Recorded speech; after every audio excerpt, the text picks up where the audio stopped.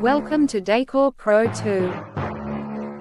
The exterior decor of a home's entrance should be in perfect harmony with the interior and facade decor.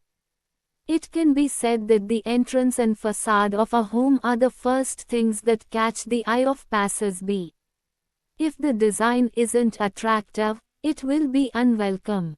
Therefore, extra care is needed to design an elegant facade and maintain its appeal. While there are many different styles and concepts we can implement in our home's facade, we need to understand the basic elements that make up the facade and determine the best way to decorate it. There are many theories about how to design a building's facade. There are many practical points to consider to make the most of your facade. The first step is to determine your facade style to match your home's appearance, whether modern or minimalist.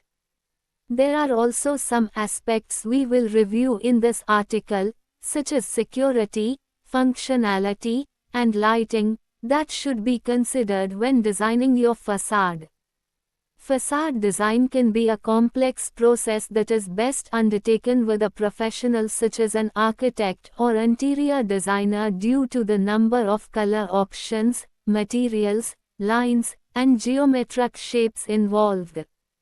The second step is to choose a specific facade style, preferably one that matches your own vision. Once you've decided whether you want a modern or rustic facade, you can then choose the materials.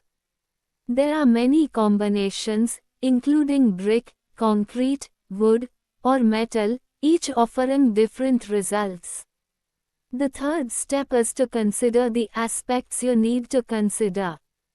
When deciding how you want your facade, you should focus on answering the following questions. How much security do I need? If you live in a compound, for example, you'll likely need less security than at street level. Your security needs should determine the height of the main wall, or whether your facade is open or closed. The fourth step is to consider the privacy you want from your facade. If you have many neighbors, you may want to minimize the number of windows that open to the outside. If you live in a lower density area, you may want larger windows to provide better indoor lighting. The fifth step is lighting and use. Your intended use must be taken into consideration, as your facade may be just a front door or may also include a covered garage to house your car. Lighting is a key point. You must consider your facade day and night, both from an aesthetic perspective, that is, the areas you want to highlight with lights, such as a fountain or a private garden feature, and from a practical perspective, such as when exiting the front door to ensure there is sufficient lighting. The color palette for your exterior will largely depend on the style you prefer for your home, as well as the paint you choose, as well as the materials and finishes. There are dark and light bricks, and concrete can be gray or tinted with a few colors, just like wood. Playing with paint can create different visual effects. There are rules for painting and coordinating it with the exterior door color. We also ensure that exterior doors are designed to suit both the interior and exterior decor, giving us a special touch and showcasing the beauty of the home's entrance.